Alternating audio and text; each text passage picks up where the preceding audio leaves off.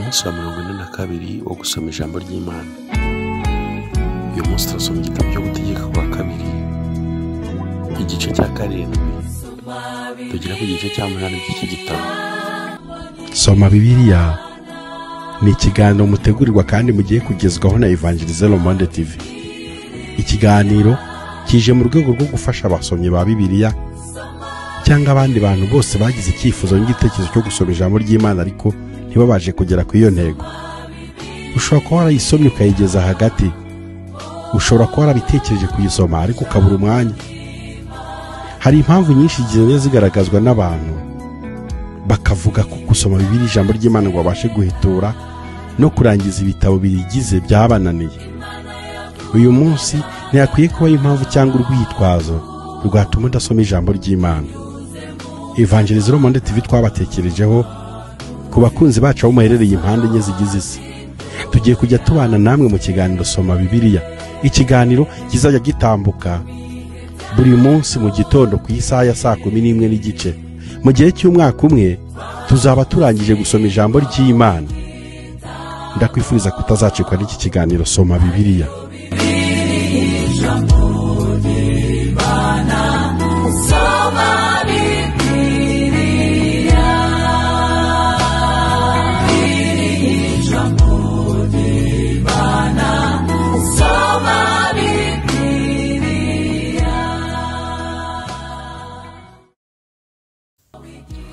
Gutegeka kwa kabiri, igice cya 7, umutwe w'amagambo uravuga ngo bategetswe kwitandukanya n'ayandi mahanga.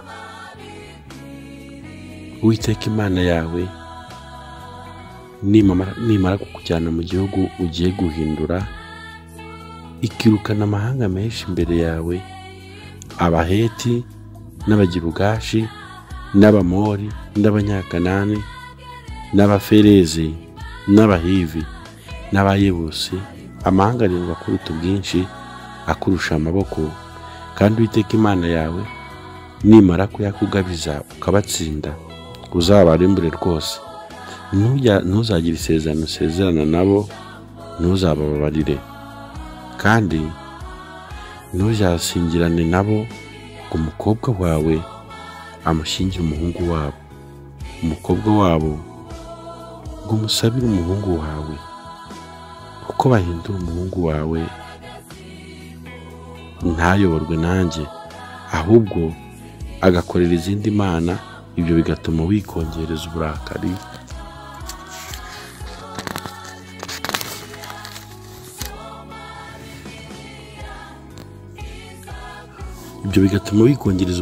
bw'Uwiteka akakurimbura vuba.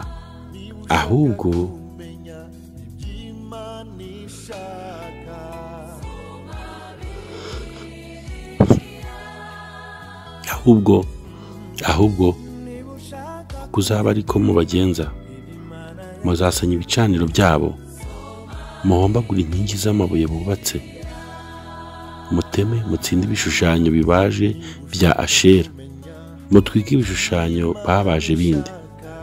Ukuri ubwoko bwerejwe Uwiteka Imana yawe, kandi Uwiteka Imana yawe ikagutoraniriza mu mahanga yose yo mu isi k'ubwoko yironkeye.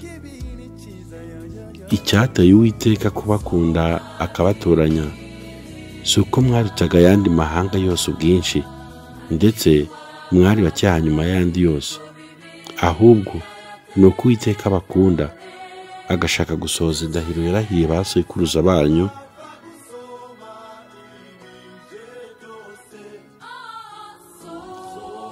Nicyo cyatumye Uwiteka bakuzayo amaboko menshi, akabacungura mu nzu y'uburetwa, mu butware bwa Farawo umwami wa Egiputa. Nuko none menya yuko Uwiteka Imana yawe ariyo Mana, ni Imana yo kwizerwa, ikomeza gusohereza isezerano no kugirira ibamba abayikunda bakitondera amategeko yayo, ikageza ku buzukuruza babo b'ibihe 1000, ikitura vuba abayanga ubwabo ngo ibarimbure. Ntirazika mu byo igirira aya mahanga mwitura vuba ubwe. Nuko ujye witondera ibyategetswe n'amategeko n'amateka ngo utegeke uyu munsi ubyumvire.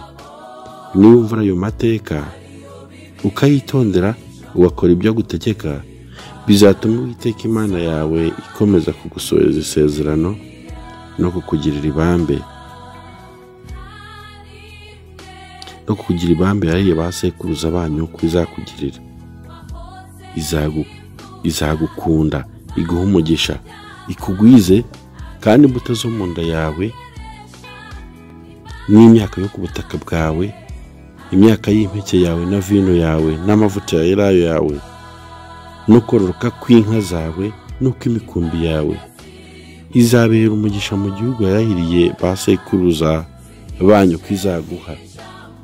Uzagirira umugisha urutuwe y'abandi mahanga yose, ntihazaba ingumba y'umugabo cyangwa y'umugore muri mwe cyangwa mu matungo yanyu.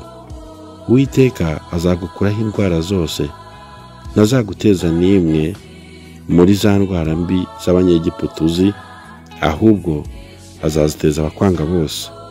Uzarimbura amahanga yose Uwiteka Imana yawe izakugabiza. Ntuzababarire kandi ntuzakorera imana zabo, kuko icyo cyakubera umutego.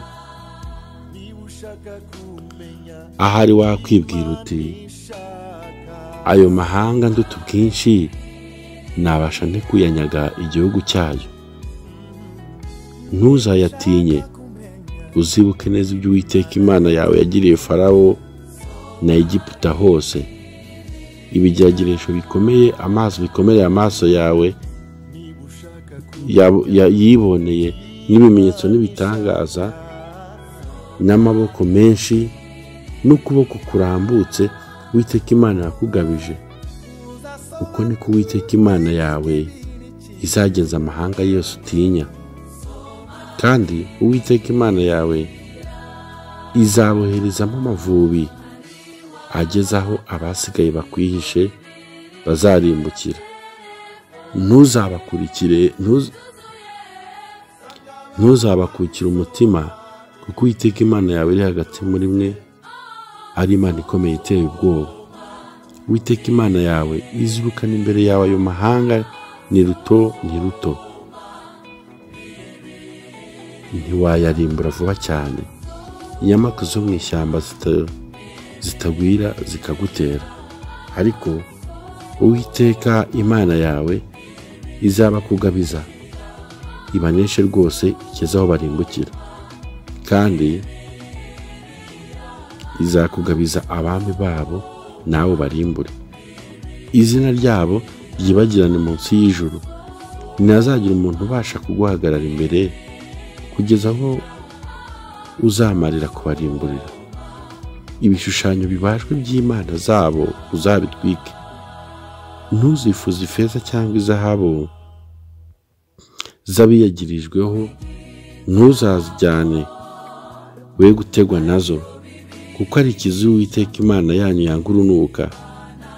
Ntuzajyane ikizira mu nzu yawe utagibwaho n'umuvumo nkacyo, ahubwo uzacyange urunuka, uzakigire umuziro, kuko ari ikintu kiriho umuvumo.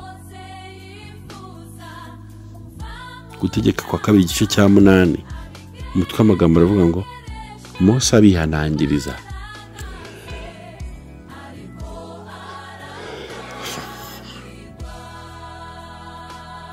Amategeko yose bategeka uyu munsi mujye muyitondera muyumvire, kugira ngo mubeho mugwire, mujye mu gihugu Uwiteka yarahiye ba sekuruza banyu ko azabaha mugihindure.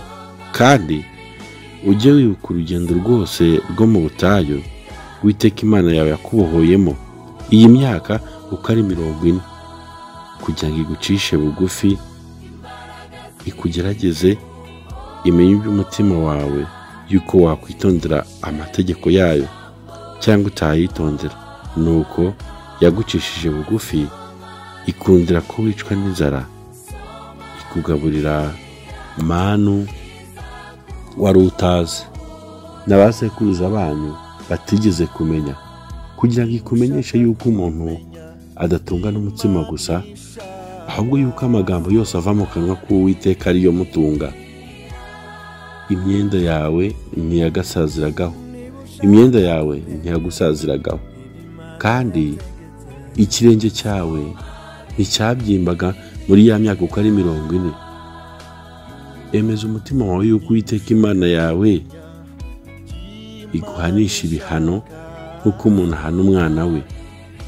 Ujye witondera amategeko y'Uwiteka Imana yawe, gende mu nzira ikuyoboye uyubahe, kuko Uwiteka Imana yawe ikujyana mu gihugu cyiza kirimo imigezi n'amasoko n'ibidendezi birebire bitembera bididubiriza mu bikombe no ku misozi. Ni igihugu cy'ingano na sayiri n'imizabibu n'imitini n'amakomamanga. Ni igihugu cy'imyelayo n'ubuki.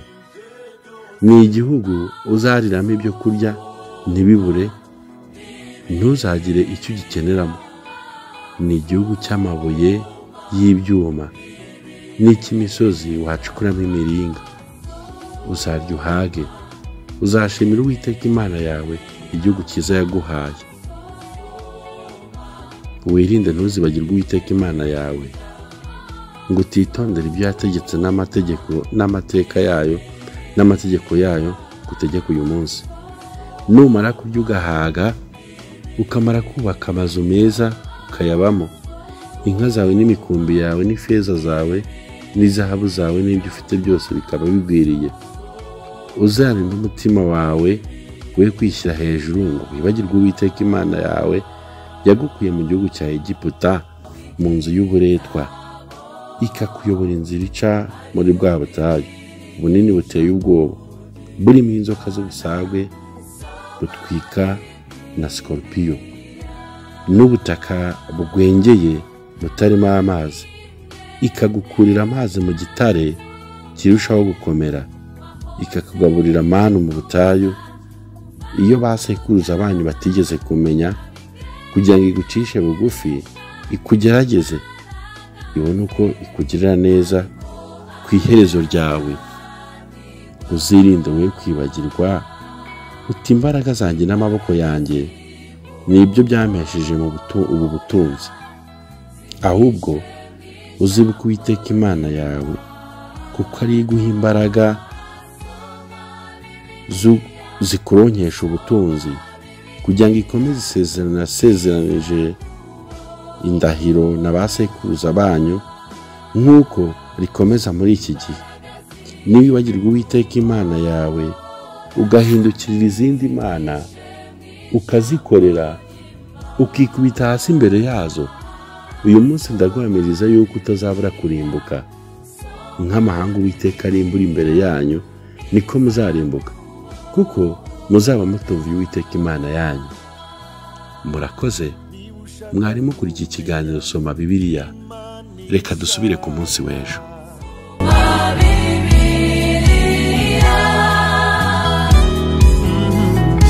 Niba ushaka kumenya ibyo Imana yategetse, soma Bibiliya.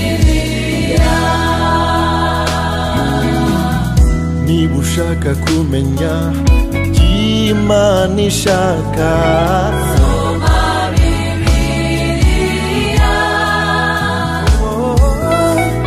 Uzasobanukirwa ikibiri cyiza, ya